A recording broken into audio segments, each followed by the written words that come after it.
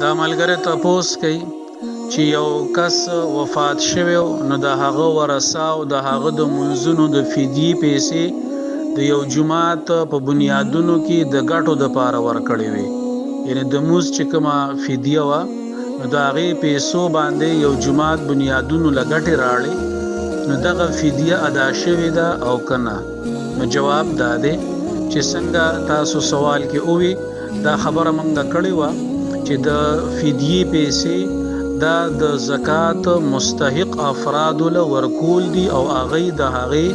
باقاعده مالکان جوړول ضروری دي. جماعت کې پیسې ورکول دا یو ډیر لوی د ثواب سیز دی او د یو صدقه جاریه حیثیت لري، خو چونکې جماعت وقف وي او د وقف سیز څوک مالک نوي نو په هغې کې تملیک والا خبره نوي، یعنی یو کس ته مالک نشي جوړولی، نو په دې وجه دغه پیسې چې کومې دی ورکړي دي نو د جماعت په بنیادونو کې